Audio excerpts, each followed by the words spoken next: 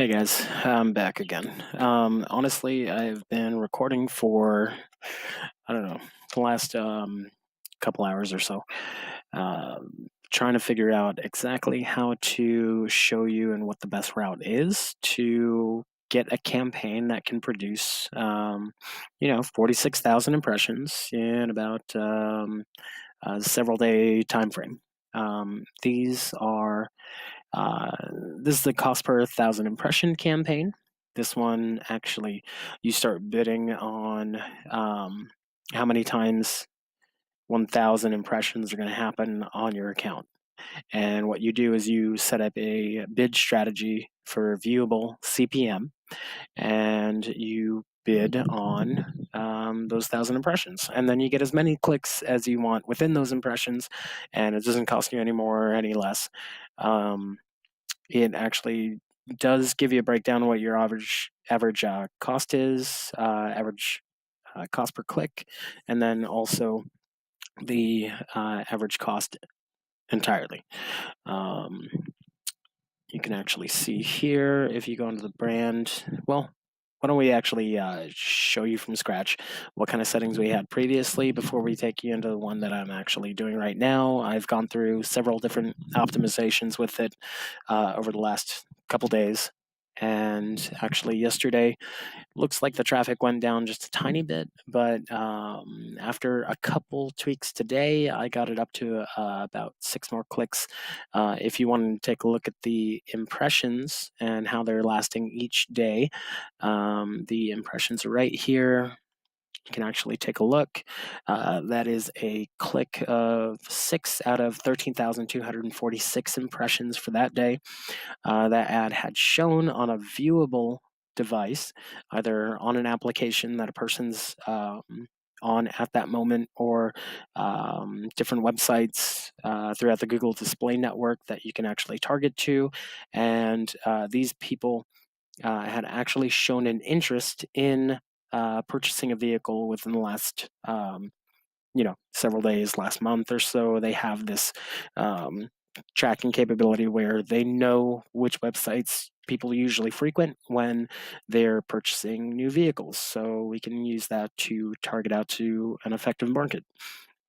Throughout here, again, going back to the impressions, we got about 8,000, only about 7. Well, we got 7 clicks that day. As you can see, we're still only paying for the impressions, but the clicks can fluctuate depending on the user themselves.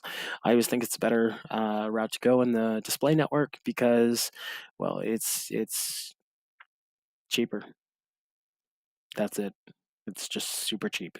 So anyway, we got the 12,000, only 2 clicks, and then we got another one for 12,000, 6 clicks today. And my campaign's still running. I haven't actually used the entire budgeting so far. I only have about a $35 a day budgeting on this account. Important to know, just for future reference, if you have a $10 per day budgeting, that's that's based on a 30-day month, and within that month, it had said previously within Google terms and conditions that you can actually only spend 20% more than your daily amount on any given day throughout the month. But I heard they recently changed this to about double what your daily budget is. So this one here, set to $10 per day. If it did over deliver on any of these given days, it could spend up to $20, but it wouldn't go over what my monthly budgeting was. So, and I'm sorry, I said it would be like $30. It's not $30. It's $300, right?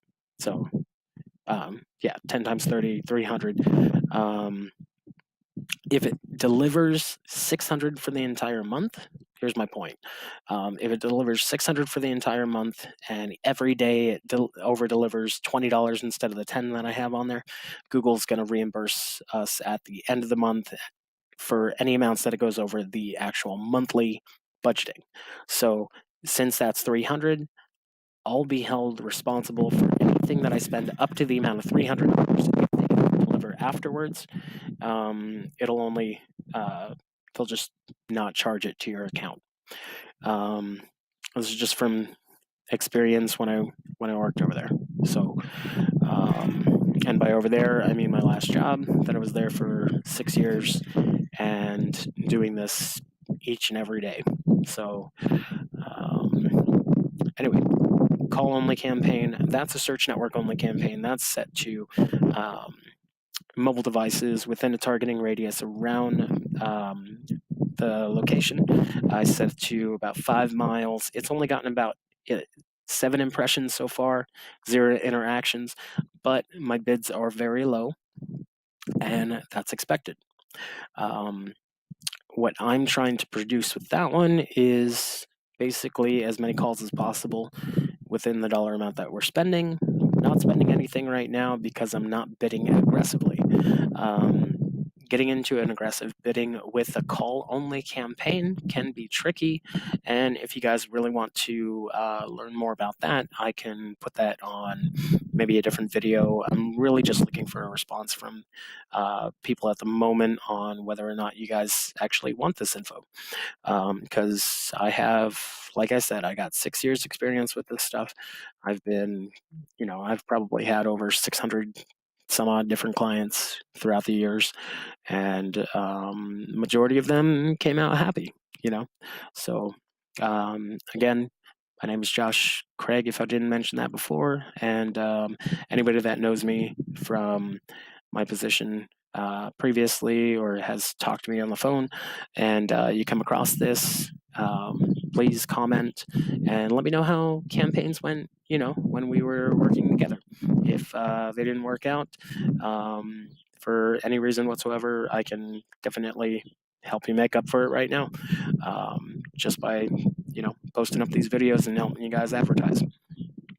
Anyway, back over here, we're going to just go through straight building on this. I'm going to move pretty fast because I know you guys got the rewind button there, and just holler out if I skip anything or if I'm moving at a faster pace. I'm just trying to get a good feel for where everybody's at. So adding a new campaign, what we're going to do is show you how to create that cost per 1,000 impression campaign that produces a lot of impressions, but not a lot of traffic over to the website.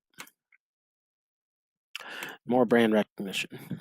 So what you're going to want to do is you're going to want to click on the display network first. Then you're going to want to go down to brand awareness and reach, your business website. This one's going to be eastvalleykia.com, and we're going to continue.